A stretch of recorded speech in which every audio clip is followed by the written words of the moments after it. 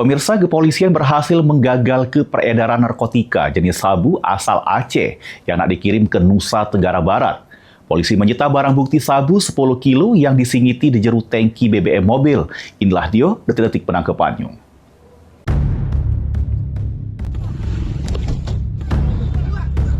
Sesudah mendapatkan informasi, tim gabungan Ditres Narkoba Polda Sumsel bersama Satres Narkoba Polrestabes Palembang melakukan pengejaran target pelaku make mobil di kawasan Sukarame, Palembang.